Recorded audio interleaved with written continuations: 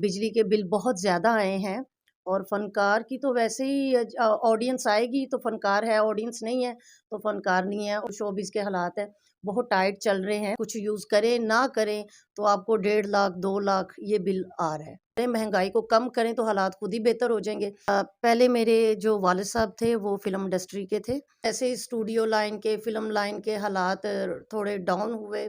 उसके बाद मेरे वालिद साहब की डेथ हो गई। हमारा घर रेंट पर था और मेरे बहन-भाई बहुत छोटे-छोटे थे जब मैं आर्टिस्ट को हर तरह का गाना करना चाहिए, अगर वो फ़नकार है, हर तरह का काम करना चाहिए, पश्तो, सुरैकी, उर्दू, पंजाबी। मैंने थिएटर के ऊपर, सेट के ऊपर खड़े होके तो कभी किसी से कोई चीज़ नहीं पकड़ी। इनाम ₹1 का हो, 1 लाख का हो, 1 करोड़ का हो, इनाम इनाम होता है। बिल्कुल। वो औरत ही नहीं जिसको खाना ना बनाना आता हो। अच्छे हमसफ़र में ये खूबियाँ होनी चाहिए कि जब वो शोबिज़ की लड़की से शादी करे तो उसको वापस शोबिज़ में ना आना पड़े। सही। जैसे शोबिज़ में शादियाँ होती हैं, टूट जाती हैं, फिर औरतें वापस आती हैं।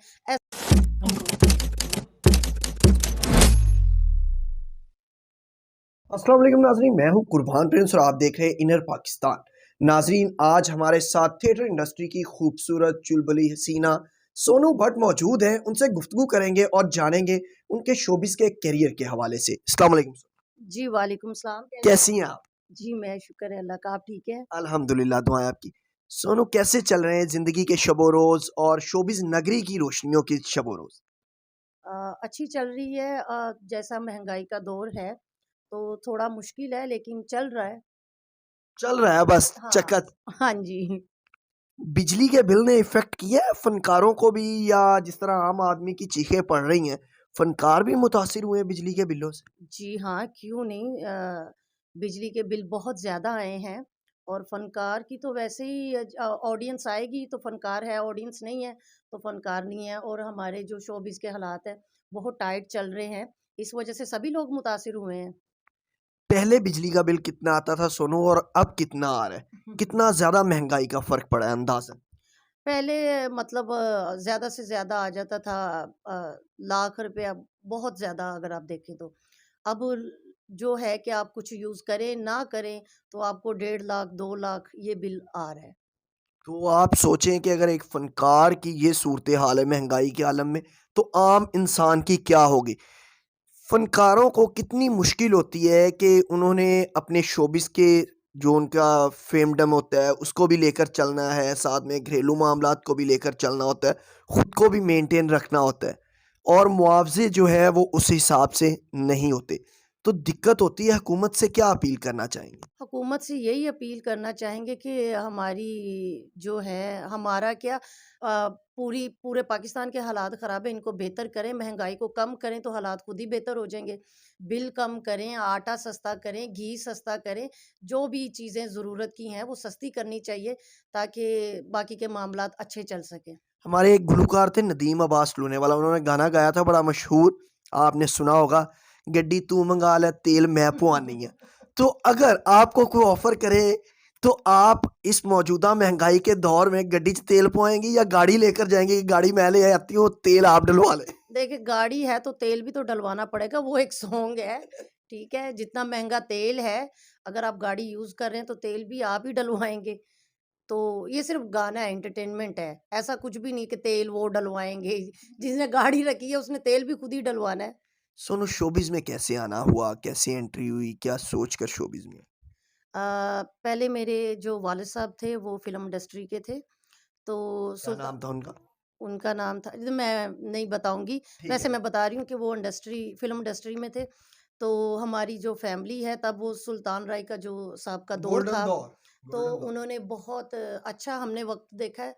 लेकिन जैसे ही स्टूडियो लाइन के, फ़िल्म लाइन के हालात थोड़े डाउन हुए, उसके बाद मेरे वालिद साहब की डेथ हो गई, तो घर की ज़िम्मेदारियाँ थी, तो इसलिए मैंने शोबिज़ जॉइन किया और शौक भी था, क्रेज़ भी था, देखते थे ड्रामे वग़ैरह, तो इस वजह से मैंने शोबिज़ जॉइन किया। इस वजह से मैं शोबिज़ में आई, ताकि मैं अपनी फ़ैमिली को सपोर्ट कर सकूँ, खुद कुछ बन सकूँ, क्योंकि वालिद साहब मेरे नहीं थे, तो घर की बहुत सी ज़िम्मेदारियाँ थी मेरे ऊपर। सोनू, एजुकेशन भी हासिल की या नहीं? जी, की लेकिन बस ज़्यादा नहीं, बस पढ़ लिख लेती हूँ, इतनी है। तो वो सिर्फ़ मजबूरियों की वजह से फिर एजुकेशन अधूरी छोड़नी पड़ी, या पहले ही छोड़ दी थी एजुकेशन?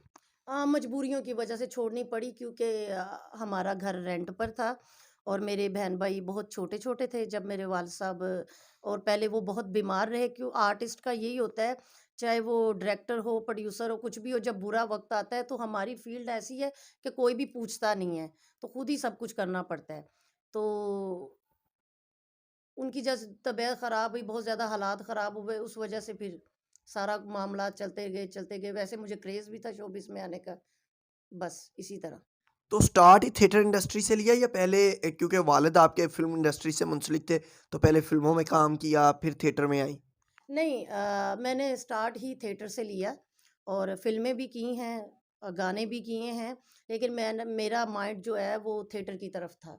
मैं चाहती थी कि जैसे मैंने ड्रामे देखे हैं कि ऑडियंस आती है, लाइव बैठकर देखती है, तो आपको प्यार करती मैं चाहती हूँ कि ऑडियंस ऐसे मुझे भी प्यार करे, इसलिए अभी तक हम मेहनत कर रहे हैं, आगे भी इंशाल्लाह करेंगे। कितना मुश्किल काम है थिएटर का कि लाइव ऑडियंस के सामने आके आपने परफ़ॉर्म करना है। कितनी दिक्कत होती है, किस तरह से स्क्रिप्ट याद करती हैं, कितनी रिहर्सल करनी पड़ती है, ये भी हमारे नाज़रीन को ज़रा बताएँ? जी अब तो वैसे ड्रामे नहीं बनते लेकिन तमाशिल में वैसे ड्रामे बनते हैं। तो जैसा जैसी मेहनत होती है वैसा ही फल होता है। फैमिली ये बहुत दूर हो गई हैं तो अब दोबारा से ये रुझान शुरू हुआ है कि हम फैमिली प्ले बना रहे हैं। तो उस तरह से हमें तो सुबह के 6-7 बज जाते हैं रिहर्सल अच्छा। करते हुए। यानी कि फिर पहले ड्रामा करें, हाँ फिर जी, उसके बाद रिहर्सल करते सुबह को 6-7 बज जाए। उसके बाद फिर हमारे गाने की रिहर्सल होती है, बहुत मेहनत है इसमें। तो गाने की रिहर्सल कितनी देर करती हैं और कितने दिन करनी पड़ती है एक गाने की रिहर्सल? अ, जैसा गाना होता है तो मैं तो ज़्यादा मेहनत करती हूँ क्योंकि मेहनत की हुई जो चीज़ होती है वो ऑडियंस लाइक करती है। मैं चाहती हूँ कि हमारा ऐसा काम हो कि उसमें कोई गंदगी ना हो, हमारी माएँ, बहनें, बेटियाँ देखें तो उसको पसंद करें। ज़बरदस्त। किस तरह के गाने करती हैं? पंजाबी गाने ज़्यादा करती हैं, सराइकी गाने करती हैं, उर्दू गाने करती हैं, पश्तो गाने करती हैं, किस तरह? आर्टिस्ट को हर तरह का गाना करना चाहिए, अगर वो फ़नकार है हर तरह का काम करना चाहिए। पश्तो, सुरैकी, उर्दू, पंजाबी ज़्यादा तो हमारे थिएटर में पंजाबी ही चलते हैं, तो ज़्यादा पंजाबी करने पड़ते हैं। आप ज़्यादा शौक से किस गाने पे एन्जॉय करती हैं परफ़ॉर्म करते हुए?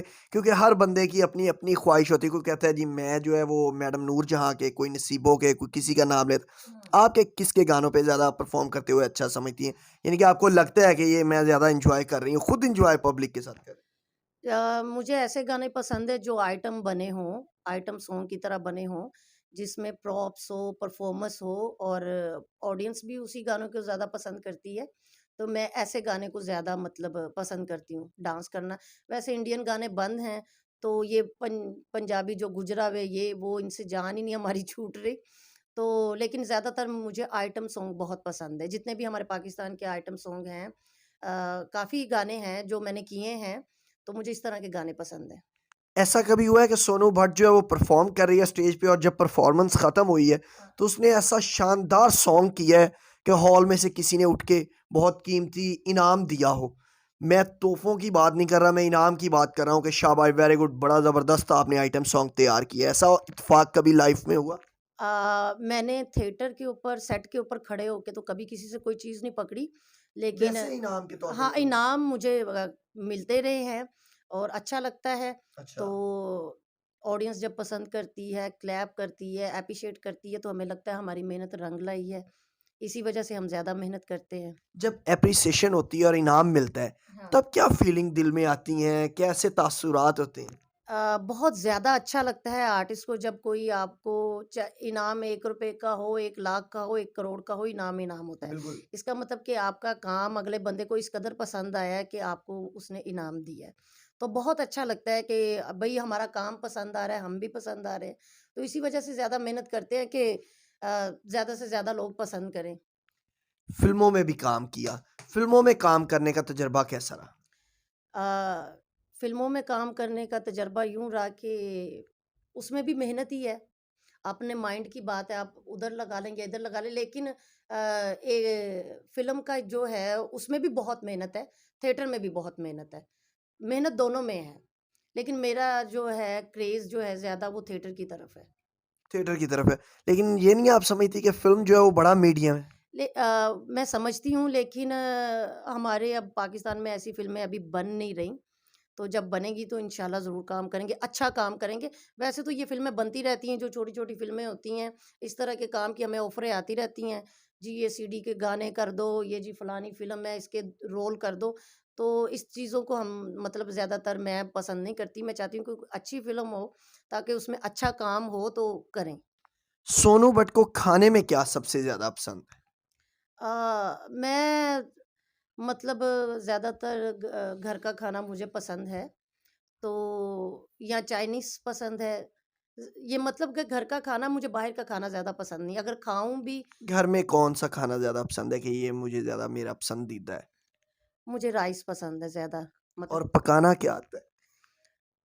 अल्हम्दुलिल्लाह मुझे सब कुछ बनाना आता है। कुछ-कुछ ज़बरदस्त। चीज़ें हैं जो नहीं बनानी आती। देखिए, वो औरत ही नहीं जिसको खाना ना बनाना आता हो। तो मैं जब मुझे टाइम मिलता है घर में, तो मैं चिकन बिरयानी बनाती हूँ, कोरमा बनाती हूँ, ऐसी चीज़ें मैं बनाती हूँ, मुझे अच्छा लगता है। फैन्स को सोनू बट शादी की खुशखबरी कब देंगी कि लें जी अब मैं फाइनली शादी कर रही हूँ और बहुत से लोगों के दिलों पर बिजलियाँ भी गिरेंगी, ये कब वक़्त आएगा? देखिए, अभी तो मैंने एकदम से मतलब यही समझे कि स्टार्ट लिया है, सही है। ठीक है? तो अभी काफ़ी ज़िम्मेदारियाँ हैं मुझ पे, तो मैं अभी शादी का मतलब मेरे दिमाग में नहीं है ये बात। तो अभी तो मतलब कि समझ लें कि मैंने स्ट्रगल शुरू की है।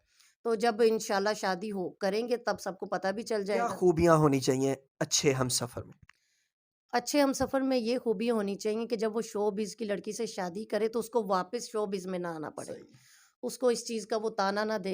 एक जैसे ज़िम्मेदार शौहर होता है, जैसे मैंने अपने वालिद साहब को देखा कि पूरी फ़ैमिली को सँभालना, इस तरह का बंदा हो कि जो हमारी फ़ील्ड का ताना ना दे, हमारे लिए ऐसे हालात पैदा ना हों, जैसे शोबिज़ में शादियाँ होती हैं, टूट जाती हैं, फिर औरतें वापस आती हैं, ऐसा कुछ ना हो। ज़िम्मेदारी सँभालने वाला बंदा हो बस। आखिर में क्या पैगाम देंगी हमारे चैनल के देखने वालों के लिए, अपने चाहने वालों के लिए? इनर पाकिस्तान वाले बहुत मेहनत करते हैं, अच्छी-अच्छी बातें आपको आपके लिए मतलब जो हो रहा है हमारे थिएटर में, फ़िल्म इंडस्ट्री में, आर्टिस्टों की ज़िंदगी में क्या हो रहा है, ये खबर आप तक पहुँचाते हैं। इस चैनल को देखा करें, लाइक करें, सब्सक्राइब करें और बेल आइकन का बटन ज़रूर दबाएँ। और अपने चाहने वालों के लिए, अपने फैन्स के लिए क्या करेंगी? अपने फैन्स के लिए मैं ये कहूँगी कि पहले जो कुछ भी हुआ, अभी पीछे जो चलता रहा है, फाशी वगैरह ये सब बंद हो चुकी है। हमारे थिएटर में तो कब की बंद हो चुकी है।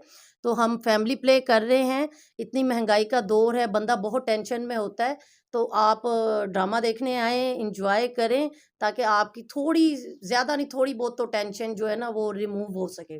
बहुत शुक्रिया जी नाज़रीन, आपने सोनू बट की खूबसूरत गुफ्तगू सुनी जिसमें उन्होंने अपने शोबिज़ नगरी के करियर के हवाले से बताया कि किस तरह से उनकी शोबिज़ में एंट्री हुई और इस वक्त उन्होंने कहा कि जो थिएटर इंडस्ट्री की मौजूदा सूरत हाल है उसमें ड्रामा बीनों की सपोर्ट की बहुत ज़रूरत है कि वो आएँ, अच्छे ड्रामे को सराहें, देखें।